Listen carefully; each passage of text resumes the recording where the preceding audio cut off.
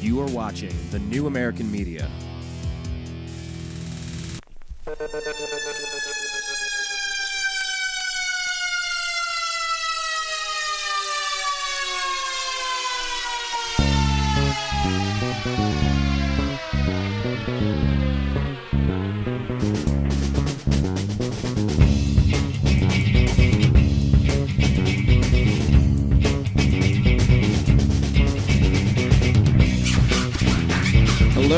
Hello, everybody. Happy Friday. Thank you for joining us here on the NewAmericanMedia.com's The Unhappy Hour. This is our segment called Strictly Browns.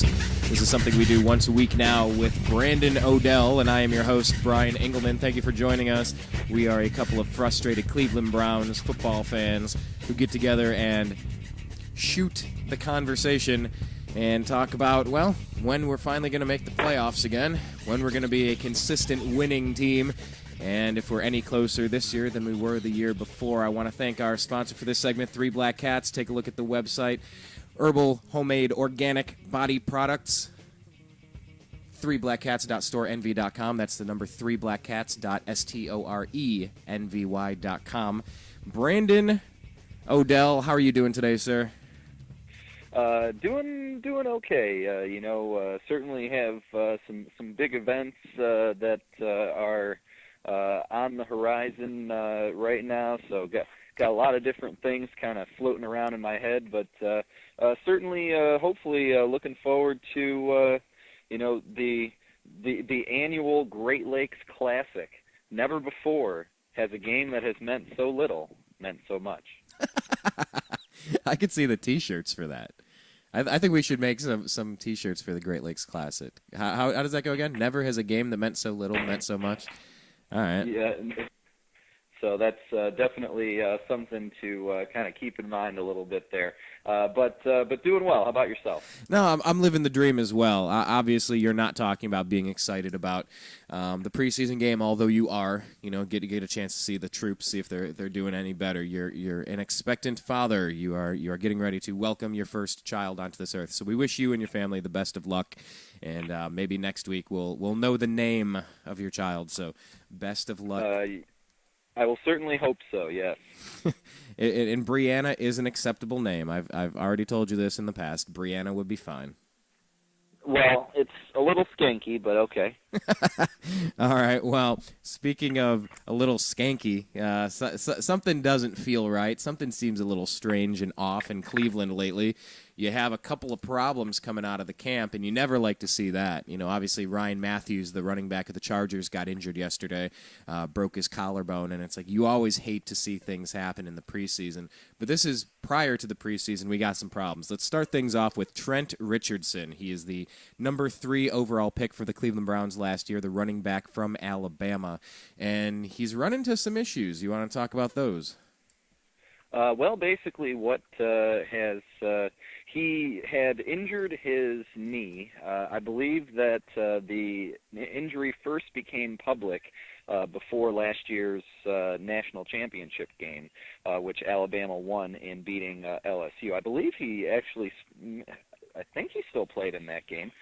But either way, he had an arthroscopic procedure to repair a torn meniscus. I don't necessarily know how severe the tear was, but certainly severe enough that he had to go to the reputed doctor to the professional athletes, Dr. James Andrews, who performed the procedure. And apparently he had been experiencing recently in the last few days in camp some swelling in the knee, and ended up getting an MRI. They found they basically referred to it as a hangnail piece of cartilage that needed to basically be removed. Pretty much, if you consider it almost like a follow-up procedure to the procedure that he had before the NFL Combine back, I believe, in January or February. Well, this gets me thinking about Kyrie Irving. He slaps a padded wall in the NBA Summer League, and he breaks his hand. This is on top of a couple of injuries last year for Kyrie, and on top of missing most of his season over at Duke because he was injured there. And you start going, okay, now this is how many injuries in a row? We should be concerned at this point. This isn't an anomaly. This isn't a one-time thing. Now he hurt his knee, and then he had a procedure, and now he has to have another procedure. Where is the seriousness factor with this as far as your concern level? Is your concern level through the roof? Has it gone from 0 to 3? Has it gone from 3 to 6? If you could quantify it 1 to 10, where were you before, and where are you at now? Well, I mean, everything before the quote-unquote injury this last few days was looking really good with Trent Richardson. He was running with a lot of running with a lot of power, a lot of quickness, showing that burst off the line. He was looking very impressive in camp. Unfortunately, these kinds of things do happen. I mean, I don't want to jump the gun too much and say that I am seriously concerned, because of the fact that they are saying that this is a small arthroscopic procedure, and that he will be able to hopefully return to the field still certainly by opening day is the hope, which let's be completely honest with ourselves. If he didn't get one carry in the preseason, probably more than any other position, maybe with the exception of having to learn about, blocking for the quarterback and stuff like that. The running back has a very instinctive job where there's not much. I mean, the same hole that he's running through in Alabama is the same hole he's running through in Cleveland. So, I'm not really too sure. I mean, I think probably what will happen is they ease him back into things when he's ready here in the next few weeks. And you might not necessarily see him carrying the ball 20 times a game the first few weeks of the season, which honestly probably wasn't necessarily their plan anyway. They wanted to ironically, they have a healthier backfield than they had at any point last season, and that's including during the preseason. So you have Montario Hardesty, you have Brandon Jackson, you have Chris Ogbanaya. You have a few different players that can be able to share some carries in his absence, or even when he is playing, to be able to kind of, give him his break from time to time.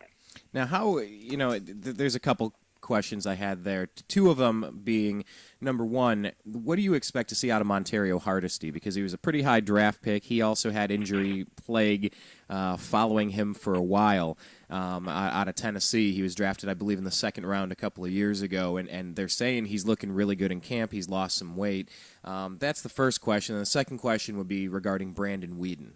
Because while maybe the offensive line doesn't really need a running back behind them to understand they're supposed to be blocking, Weeden kind of needs to know what he's doing with the running back as either a focal point, for the screens, for the dump off passes, and how he's going to handle things. So I guess first off, what are you expecting to see out of Montario Hardesty, and then secondly, what do you expect Brandon Weeden? How do you expect him to handle himself in his first preseason game? Well, first of all, I think that they're going to give him really a very, very limited, as far as talking about Brandon Weeden, they're going to give him just a few limited series, probably have him throw the ball downfield a little bit just to kind of test out that arm against a secondary that honestly is a bit suspect, probably a lot like our own, and actually is missing their best player in the secondary, Louis Delmas, who I believe is out for maybe about a month or something like that with an injury that he's facing right now. So there hopefully will be some holes in the backfield to be able to, or in the defensive backfield to be able to exploit. So you'll certainly see Brandon Weeden throwing the ball downfield a little bit, but let's not get ahead of ourselves. He's going to play probably 2 series, and that's it. Especially with Trent Richardson being out, the last thing that the Cleveland Browns coaching staff wants to do is just put everything on Brandon Weeden's shoulders in the initial preseason game, and then run the risk of injury there. Well, you could run a risk of injury, yes, but on the other hand, you have a soon-to-be 29-year-old rookie, and you got to get the guy up to speed. You got to get him reps, and going in for 2 series. Do you think that'll be enough? I mean, that's pretty much the standard. You don't want to leave him in there because these games are completely meaningless, or are they more meaningful to Brandon Weeden and the Browns than to any other team in the NFL, because your future starting quarterback, your franchise player, is almost 30 years old. He's got to get it together. I mean, what's an extra couple of series to try to find some rhythm and timing, or am I kind of taking that a little too far in your opinion? I mean, I think in the first preseason game, I think it's fairly natural to just really err on the side of caution, and I think that's what we're going to see tonight. So I wouldn't be expecting to see too much of him. Especially if he's able to lead the team not just to a field goal, but to some kind of touchdown scoring opportunity in the first couple of series that he's in there, expect him to be quickly taken out of the game at that point. And I think they just want to see that he's picking up on some of the basics that they are showing him in practice, starting to demonstrate that on the field, and trying not to get his head knocked off by Ndamukong Suh as well. Right, and we'll talk about that in a couple minutes here, because these teams are going to play each other again in the regular season in a couple of weeks, the Browns and the Lions. So, you're going to have a situation. What's that? That's incorrect. The Browns don't play the NFC North this year. They will play the Philadelphia Eagles again in a few weeks. Thank you, sir. Thank you. That's the one that was on my radar. Thank you. Appreciate that. Okay, so scratch that. But talk about the three running backs behind Richardson real quick, because you got Ogbonnaya, who had a couple of breakout games last year. Hardesty with all of his promise, and then he's been injured and inconsistent. And then of course Brandon Jackson, who's been injured for the past, well, definitely last year. Well, I mean, you have Montario Hardesty, which I mean, certainly every single team in the preseason and during training camp is going to talk up their own players. No one wants to say, "Oh, well, this guy just stinks," and especially for the fact that maybe you could be able to put a guy like that out there in some sort of trade value, maybe get a 6th-round pick out of it or something like that. So they're not going to say anything otherwise. But supposedly, from all indications, he's looked very good in camp. He's shown more agility, more quickness. He's shown that he's a lot just lighter on his feet in general, and still showing that he has the ability to run with some power and some purpose. So, I mean, Montario Hardesty was drafted, this would be his 3rd year now. He was drafted to be a feature back. When you take someone in the 2nd round, a running back, he was drafted to be a feature back, and right. It hasn't worked out, but he's going to have his chance to start showing some things, and we'll see what we get out of him. But we don't. The main thing is we don't really know what we're going to get out of Montario Hardesty. So, but the potential is there, and he has been showing it in camp so far. Brandon Jackson was brought in to be primarily a 3rd down back. He's not going to be an every down player for us, one way or the other. But supposedly he's healthy and looking strong, and with Chris Ogbonnaya, and let's not forget Adonis Thomas, who is an undrafted free agent out of University of Toledo as well. Both players have demonstrated some quickness, and maybe in the end of the first half into the second half, you'll see some things out of those players too. Gotcha. And by the way, before we wrap up Trent Richardson, what is the timetable for him to return? What is this something that's going to be the whole season? Is it going to be 2 days? What are we looking at? With these kinds of procedures, which aren't necessarily considered a surgery, they are considered a procedure. There is generally considered to be a 2 to 3 week healing process. Okay. So all indications are that the procedure was successful. What they wanted to do, they did, and they hope to have him back on the field, if not in some limited action in the last preseason game for the regular season opener against the Eagles. And this is a strong player. This is a very strong player. You see a little running back. I mean, he is ripped. They talk about the weights that this guy can bench press and 475. Unbelievable out of a little running back. He's a man. Yeah, so I mean, hopefully he's somebody who really, I mean, he clearly takes care of himself, and hopefully he can regenerate and get healthy quickly. And we're all hoping that happens sooner rather than later so that he can develop some chemistry with Brandon Weeden and the coaching staff, for that matter, so the coaching staff can figure out what they're supposed to do with him. We're talking with Brandon Odell on Strictly Browns. Brandon, something else happened with one of the big-name, high-profile Cleveland Browns players this week, and it was I don't know if you call it a leaked report, but there was a report that Joe Haden tested positive. And then you instantly start thinking about really bad things. You hear it's for Adderall, and you're like, wait a minute, they put 5-year-olds on Adderall. Hang on, what's going on here? So, can you shed some light on this situation for us? Is he looking at any possible sanctions from the NFL? What is the problem here? Adderall is on the list of the NFL's banned substances, which supposedly they do make sure that all of the players get these lists at the I'm imagining maybe sometime around OTAs or sometime during the off season. It's supposed to be very well known to all of these players what things are on these lists, and it is, according to Roger Goodell, supposed to be made very clear to the players that it is their responsibility to make sure that before putting any kinds of substances, whether they are meant to be performance-enhancing or not, into their bodies, that they are supposed to make sure to consult with either the league or with even their own. I would probably say in a lot of those cases you would ask the strength and conditioning coaches, who would probably, because certainly a lot of the players take supplements and things of that nature. So, but either way, Adderall is considered a stimulant. Certainly, like you said, it is something that is administered to many people for ADHD.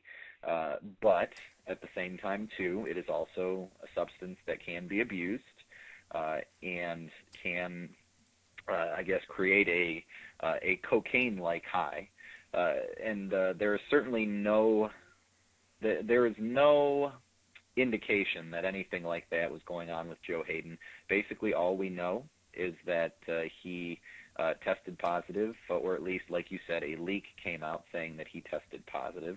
And the team, the individual player, and the league are all staying silent about this as it works its way through the I guess, judgment process.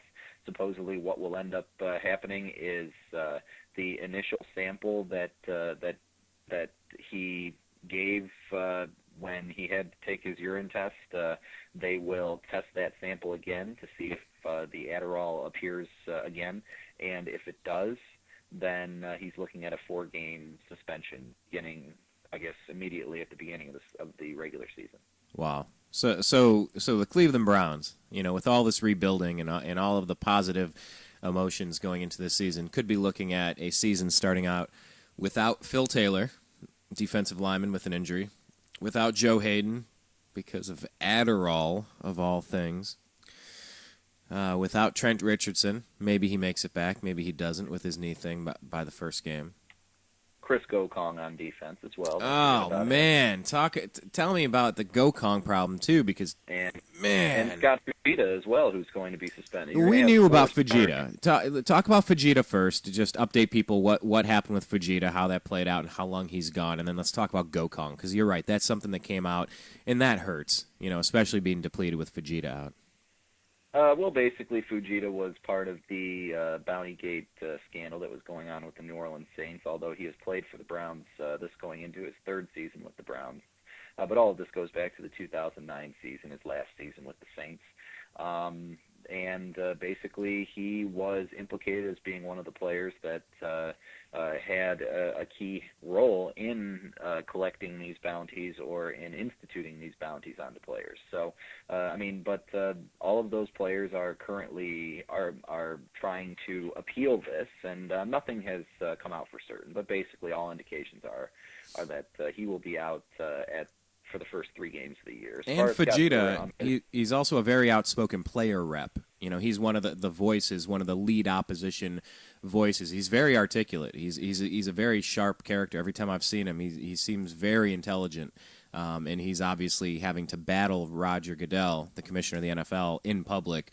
I don't know how much sympathy you're going to get when you're the direct opposition, but yeah, we're going to be without Scott Fujita for a couple of games. And then tell us about what happened to Chris Gocong. This was horrible. You hate hearing stuff like this. Oh, just one of those freak injuries. It was a non-contact injury. He was in a drill covering a receiver in the end zone. Went up for a pass or to try to defend the pass, and immediately upon I guess stepping off of his foot, it apparently was immediate. There was no contact, like I said. And his Achilles tendon tore, and he immediately went to the ground, kind of tried to, I guess, get up for a minute, thinking that maybe he could walk it off, but eventually within about 10, 15 seconds, he realized that the injury was a bit more severe and laid down on the ground and had to be carted off the field. So certainly, another big blow to a defense that is already going to, just because of the fact that it's the Cleveland Browns, going to be under a lot of scrutiny in terms of, I guess, how ready they are to be able to actually contend in a difficult division. Brandon, are the Cleveland Browns a snake-bitten franchise? No, I don't think so. I think ultimately players play, coaches coach. Things happen in the NFL. Players get injured. Tom Brady was out for a whole year a couple of years ago. Peyton Manning was out for a whole year last year. This happens, and it's football, and it's part of the game. The problem is that right now the team is in the process of trying to build depth. In Phil Taylor's instance, the Browns drafted 2 defensive linemen in the 3rd round, and then in the 6th and I believe in the 5th or 6th round for the other player from Boise State. They drafted those players thinking that they were going to add to the depth, and then your 1st round pick from a year ago goes down for the first 7 or 8 games of the season, and now that depth gets severely stretched and tested. Whereas before it was going to be maybe a little bit more of a comfortable situation on the D-line. So, this is what happens when you are trying to build depth and then players get injured, key players get injured, that depth just doesn't look so great. If this was 2 or 3 years down the line and John Hughes and Billy Wynn were already coming into their own as being key contributors to the defense, maybe that wouldn't be such a huge blow, but because they're rookies, I think it's always going to be elevated a little bit more when they're being thrust into a starting role. Well, they're going to have some challenges to overcome, but you're right. It's football. This is part of the game. That's why there are 7 rounds in the draft. That's why you have players that come out of nowhere, undrafted players that make impacts, or 7th round picks that really contribute significantly to a team.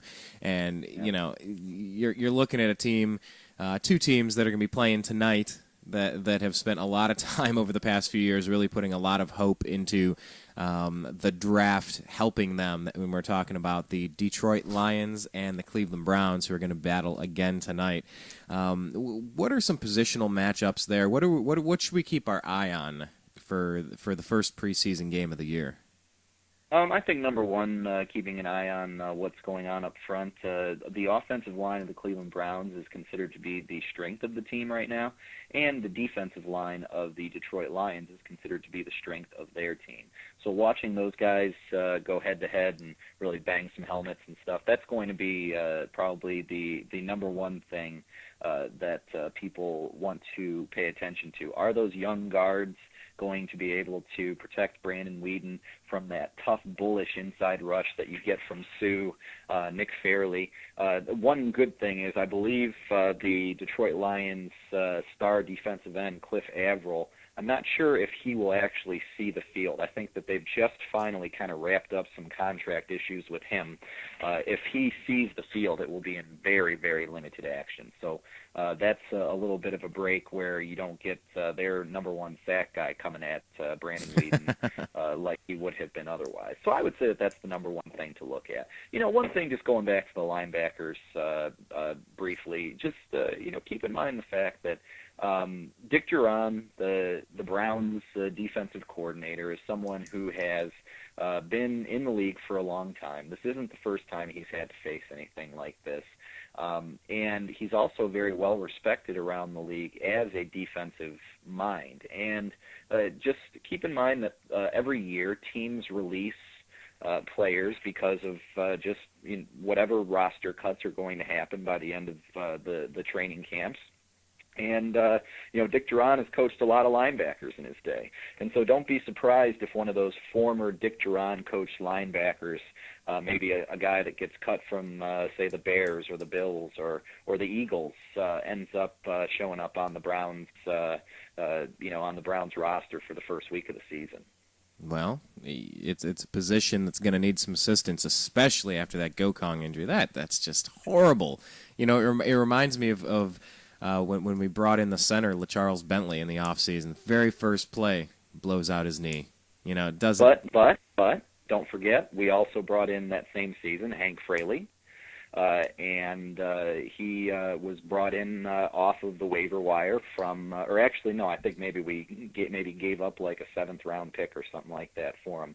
But we brought him in, and that was the 2007 season when the Browns, were as successful as they've been since they've been back.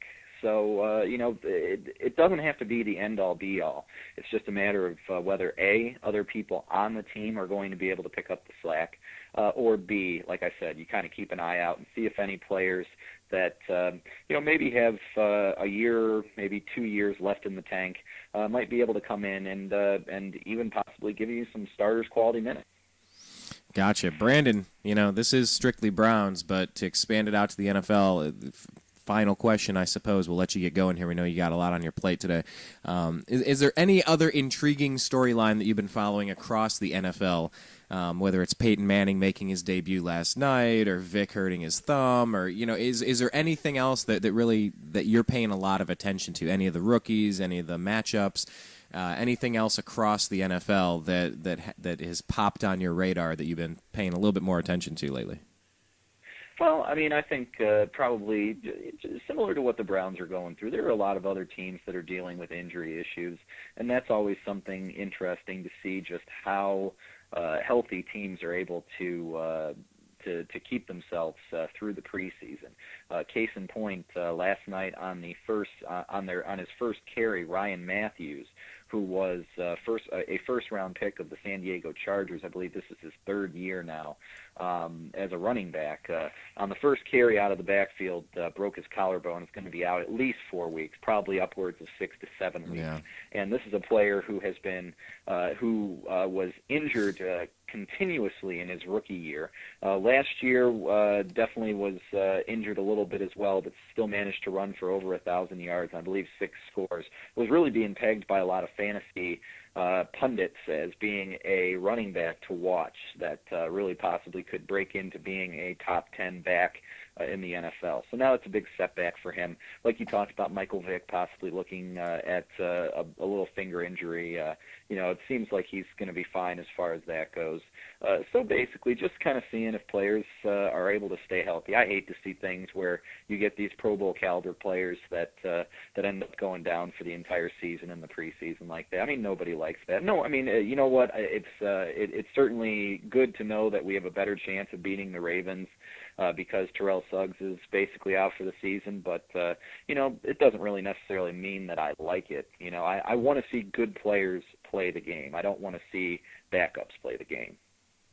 No, that's a fair point, and I'll tell you what, Ryan Matthews was a player I didn't really know all that much about, but last year my main rival in fantasy football had Ryan Matthews, and when we went head-to-head, it basically kept me from winning the championship last year, so Ryan Matthews is someone who I hear his name and it conjures up fingernails on a blackboard and clenched fists of, oh, how did he have such a good game again? So, yeah, I mean, he is a very big part of what the Chargers are doing down here in San Diego.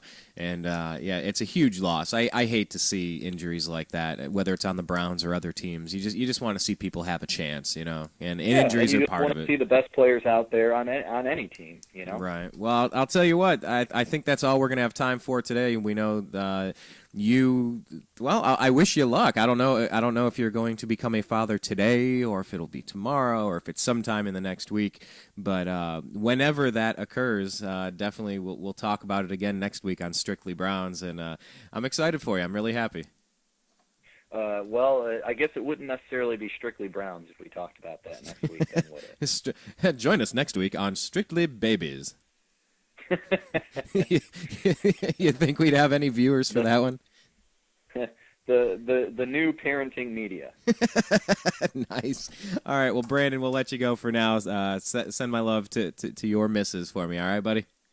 I certainly shall. And thanks again, and go Browns. Go Browns. Thank you, Brandon. That was Brandon Odell joining us for Strictly Browns. We always love talking Browns with that guy. I mean, I've been to games with Brandon. We've been miserable Browns fans for a long time. He grew up in Parma. I grew up in Brunswick, right at both suburbs outside of Cleveland. His suburb was literally right outside of Cleveland. Mine was about 15, 20 minutes further. But it has been a long haul trying to watch a decent Browns product. And, we're really hoping this could be the year. We hope every year's the year. We love football time. You talk about the circle of life, Brandon about to become a father for the first time, and the circadian rhythms of night and day, and then the equinoxes, and you just think about the seasons: summer, spring, fall, winter, and when you're in football time, when you're in football mindset, it's summer. It's the heat of summer. It's the dog days of summer with all the practices turning into the cold of fall, leading into the bitterness of winter. And it's just this kind of... Football is a lot more than just a game. It's a reminder that there are cycles to life. So we wish Brandon and his family the best as he prepares to welcome his first child onto this planet. Until next week, my name is Brian Engelman. This is Strictly Browns. If you are not following us on Twitter, we're at American_media_. If you're watching this after the fact on YouTube, please click subscribe. Thank you very much, everybody. We'll talk with you again soon.